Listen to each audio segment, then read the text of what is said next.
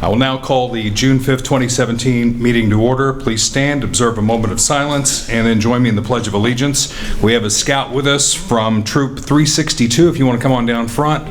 And I'll turn around and I'll give you, as the mayor does, a little cue, and then you can lead us in the pledge, okay? Wait for the signal.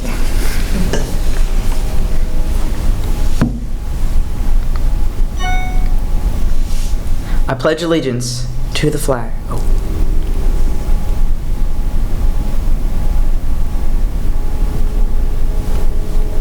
I pledge allegiance to the flag of the United States of America and to the republic for which it stands, one nation, under God, indivisible, with liberty and justice for all. All right, you may be seated. I'd like to welcome those in the audience tonight, as well as those who might be tuning into this meeting on Channel 7. I am hosting this meeting tonight in my role as Mayor Pro Tem, as Mayor Ross is recovering from surgery. I know he is watching tonight. We shared a couple of texts today, and I told him when somebody hosts my show on KFKF, I tell them, do no harm. And so my goal tonight is to do no harm. And I understand the mayor might even have a buzzer hooked to this chair, watching at home. If we screw something up, you know, he may let us know. We'll move on to the consent agenda. Any items that need to be pulled? Seeing none, would accept a motion for approval. So moved. Is there a second? Second. Roll call. Councilman Kaler? Aye. Councilman Lefsey? Aye. Councilman Fowler? Aye. Councilman Edmondson? Aye. Councilman Culpepper? Aye. Mayor Pro Tempore Carter? Aye. Motion carries. Next on the agenda is second reading of Bill number 4494, approving the annexation of Blue Springs Park lots 9 and 10. The public hearing and first reading were held back on May 17, 2017. At that meeting, the council voted to approve the bill's first reading and for the second reading to be done at tonight's meeting. Mr. Gibson will now read the bill. Second reading of Bill number 4494, an ordinance annexing Blue Springs Parks lots 9 and 10 to the city of Blue Springs, Missouri. Move the bill be approved on its second and final reading and assign the appropriate ordinance number. Is there a second? Second. Discussion? Roll call, please. Councilman Lefsey? Aye. Councilman Fowler? Aye. Councilman Edmondson? Aye. Councilman Culpepper? Aye. Councilman Kaler? Aye. Mayor Pro Tempore Carter? Aye. Motion carries unanimously. Next on the agenda is a public hearing for the approval of the 2017 through 18 and 2021 through 2022 capital improvements program. Your Honor, the city has the following exhibits to enter into the record. Exhibit 1, City Council Information Form dated May 25th, 2017 from Deputy City Administrator Adam Norris with PowerPoint presentation slides for June 5th, 2017 council meeting. Draft of proposed 2017-2018 to 2021-2022 capital improvements program. Notice of public hearing published in the Examiner on May 20th, 2017. CIP Review Committee agenda packet and Bill number 4495 adopting the capital improvements program for fiscal years 2017-2018 through 2021-2022. That's all we have to enter into the record at this time. All right, Mr. Norris, on behalf of the city. Thank you, sir. The 5-year CIP is being presented today in accordance with the city charter. A little bit about the process leading up to tonight. We had the CIP Review Committee meet on May 15th. And then the Planning Commission was provide a summary of the draft CIP on the 22nd of May. So this CIP is very consistent with what you've seen in the past. We are emphasizing maintenance, taking care of what we have, and replacing mission-critical equipment. There's some exception to that this year where we're making some strategic investments in a few capital projects. And we'll get into those in more detail. So, quick overview of the 5-year plan. It's just under $109 million for all projects funded and unfunded during this time. The orange in each bar graph is what we're unable to do each year. Currently we're doing about 62% fulfilling 62% of our maintenance needs, 50% of our equipment replacement needs, and 20% of our capital improvement needs. This slide shows you what is being proposed to be funded over the 5-year period. It's just under $50 million. This is about 46% of the city's capital investment needs. Maintenance, again, like I said earlier, is an emphasis in this plan. It's 80% of the CIP over this 5-year period. Equipment replacements, 3.6%, and then capital improvements, 17%. Should point out again that the capital investments is a little higher because of the City Hall complex renovation project that's being proposed, as well as Roanoke Drive improvements. Something new we introduced last year in the CIP was incorporating the strategic framework, the governing body strategic framework in the CIP. As you can see, the majority of the capital investment needs and funded projects are in the infrastructure area, and that's 62% of the total. I think a great story here is the Parks and Recreation goal area, where now we're actually able to fund projects there. So it's good to see that $15 million there. Dennis would probably want me to point out too that there's $20 million in unfunded. So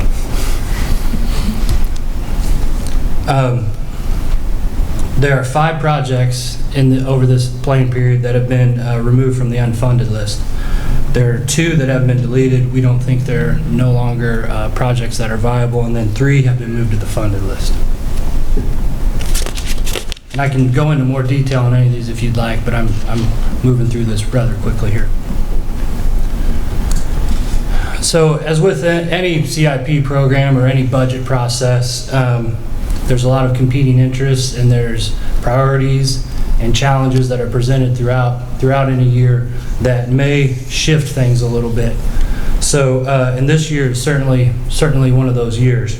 As an example of a change in priority is the STO 8 up there, which is the Roanoke Drive improvements. And what we're proposing to do is to fund that program, to fund that project by deferring what we're now calling the pavement management program in 2017 and 2018. There's also 3 other projects that are listed up there that we're proposing to defer to add some capacity in the 5-year period. And I'll go into those a little more detail later too. So these are this highlights new projects that have been introduced over this plan period. There are 21 funded parks projects that again are made possible with the parks maintenance sales tax. Great story. And there are 35 unfunded projects totaling about $20 million that will be on the that are parks and recreation related. Now, we moved 32 projects from last year's and previous year's list. There's 32 of those parks projects, and those were either significantly revised or the scope has changed to create these new 35 projects.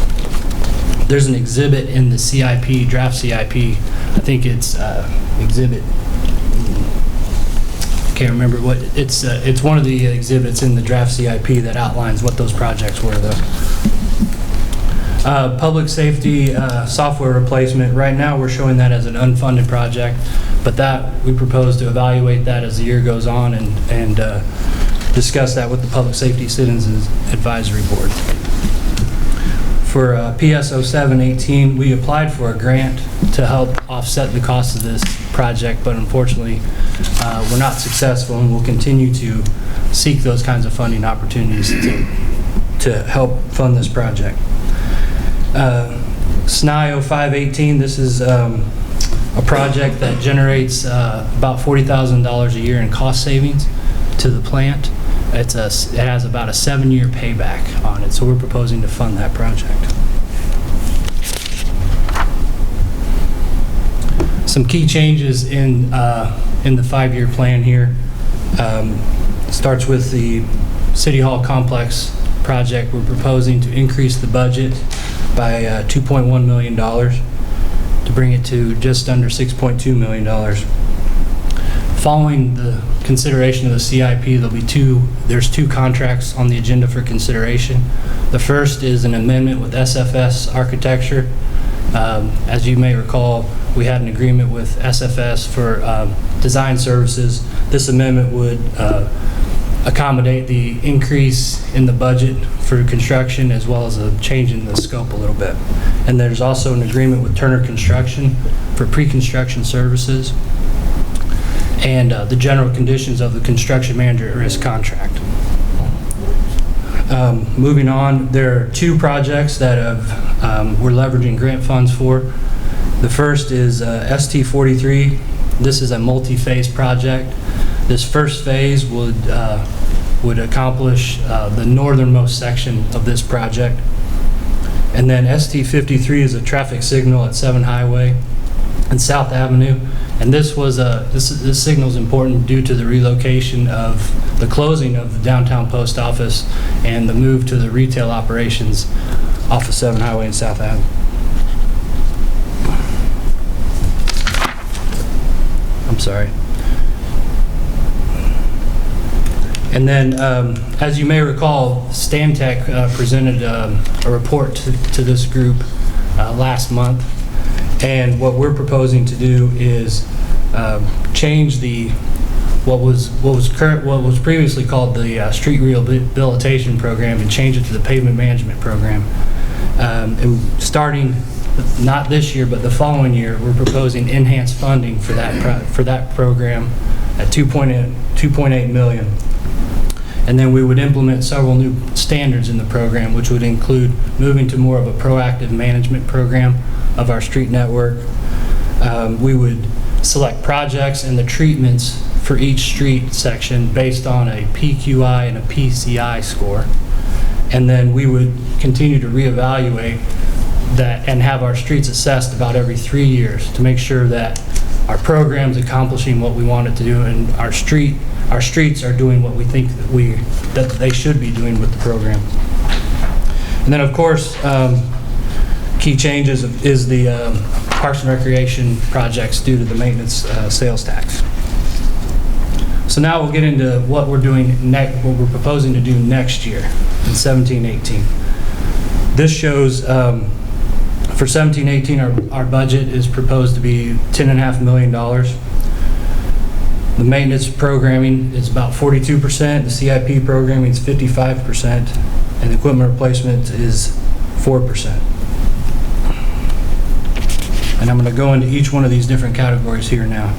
And I'm not going to go through each project here, but I'll just highlight some things here. Maintenance program is $4.3 million. This is 42% of our CIP. Parks and Recreation is $2.1 million projects.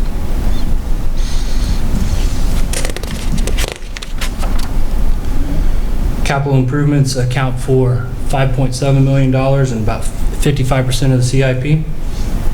And this is, again, a higher than usual due to Roanoke Drive and City Hall complex renovation. I do want to highlight our two projects, SAN 19 and WA 17, which continue to those are two projects responsive to the shovel readiness initiative that we started last year. Then we have two projects for equipment replacement, totaling $400,000. A couple things as I conclude here. The approval of the sales tax was critical for us in addressing our deferred maintenance needs in the park system. We still have other gaps in other areas, the street maintenance, our stormwater system, and then we lack a consistent source to fund these major reconstruction projects and capacity building projects, which may have an impact on us as far as redevelopment goes in the future. And again, I think our challenge is going to be identifying long-term solutions to address these gaps in deferred maintenance. To conclude, the city charter requires that the city administrator submit a 5-year plan to the city council for consideration. The notice of public hearing was published on May 21st, and the city council may adopt the draft CIP this evening if it so chooses. With that, I'm going to turn it over to Dennis for his part of this. So as you're aware, the park sales tax was approved by the voters on April 4th. And kind of what we want to do tonight is present how the plan will roll out. When we educated the voters of the sales tax program, we didn't identify when the projects would take place. And so what we've done is we've worked with our park commission to provide a recommendation for your consideration through this plan. The tax will actually be starting collection on October 1st of 2017, with first revenues coming in December of 2017. From there, the Park Commission has established a subcommittee. They'll rotate every year. There'll be 3 park commissioners that will be on this subcommittee. They will assist staff in preparing themes for playground projects, specific projects within our park department. They'll also have budget oversight. They'll make quarterly reports to the Park Commission, and they will also provide an annual report each year to the City Council on what we're doing as far as progress on the projects, as well as cost of those projects. And then the Park Commission, like I said, reviewed the projects that we have at hand tonight, and I'm going to run through these fairly quickly. But I mean, 2017-18 or next fiscal year, basically the 6 projects that were a major priority were the 6 projects that were outlined in the educational materials that were either closed or in jeopardy of being closed. So Blue Springs Park, tennis courts, Ward Park Playground, and the 6 other, the 2 other trails there. Duncan Road Trail was not part of in jeopardy of being closed, but certainly it has some areas where we need to address quickly. And then the golf courses addressed how they kind of split that up is that you'll see that they'll receive $500,000 next year, and then every other year subsequently, so years 3 and 5 of the program. As you can see, it totals to $2.1 million as Mr. Norris pointed out. The sales tax will generate about $3 million annually. You'll see that there's a balance remaining, but there's projects that will cost more as we move forward through the year, so you'll see that it'll kind of balance out as we move forward. In 18-19, the big project that we're looking at there is that's the year that Burris Old Mill Park will be totally renovated at a cost of about $2.5 million. There'll be other improvements made to some other park amenities, trails, as well as Vesper Hall will get some improvements there. Leaving a balance of about $680,000 after the first 2 years. Then in year 3, again, the golf course will receive $500,000 to address some of their deferred maintenance needs that were part of the project. Wilbur Young Park will start seeing improvements there, $2.7 million. That will not complete all the projects. Those projects will then run into the subsequent year to complete that. But as you can see, now the remaining sales tax balance is only $57,000 after those first 3 years of the program. And then in 2021, a lot of park projects will, throughout the system, a lot of them are parking lots and things like that that'll be taking place. We'll complete the renovations to Wilbur Young Park in that year, and a remaining balance of about $313,000 for the final year of the project list of 21-22. Again, just hitting the remaining amenities that were outlined in there, and the golf course will receive the remainder $500,000. And you can see at that end that will spend the $15 million. That does hit every project that was promised in the sales tax and the educational process, and so we felt like it was important that we provide the plan to the City Council for your consideration. Thank you. Thank you, gentlemen. Any questions from the council? Seeing none, we'll turn to the public now. Is there anyone in the audience who would like to speak in support of, in opposition to? All right, we'll close the public hearing. Would anyone like to introduce the bill to approve the 2017-18 through 2021-2022 capital improvements program? I'll introduce it. First reading of Bill Number 4495, an ordinance adopting the City of Blue Springs Capital Improvements Program for fiscal years 2017-2018 through 2021-2022. Move the bill be approved on its first reading and proceed with the second. Is there a second? Second. Discussion? All those in favor say aye. Aye. Opposed? Motion carries. Second reading of Bill Number 4495, an ordinance adopting the City of Blue Springs Capital Improvements Program for fiscal years 2017-2018 through 2021-2022. Move that the bill be approved on its second reading and assign the appropriate ordinance number. Is there a second? Second. Discussion? Roll call, please. Councilman Fowler? Aye. Councilman Edmondson? Aye. Councilman Culpepper? Aye. Councilman Kaler? Aye. Councilman Lefsey? Aye. Mayor Pro Tempore Carter? Aye. Motion carries, given ordinance number 4464. Next on the agenda, a resolution to amend the contract with SFS Architecture for the renovation of the City Hall complex. Is there a motion to adopt the resolution? So moved. Is there a second? Second. Discussion? All those in favor? Aye. Aye. Aye. All opposed? Motion carries. Next on the agenda, a resolution to approve the contractor for the City Hall complex renovations. Is there a motion to adopt the resolution? So moved. Is there a second? Second. Discussion? Yes, sir. Councilman Kaler. Mayor Pro Tem, my son-in-law is employed by Turner Construction, and I have discussed this with the city attorney.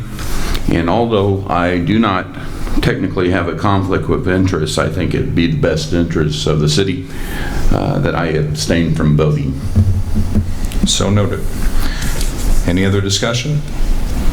All those in favor, say aye. Aye. Opposed? Motion carries. Next, I don't have any visitor appearance forms, no? Anyone in the audience want to speak to the council tonight?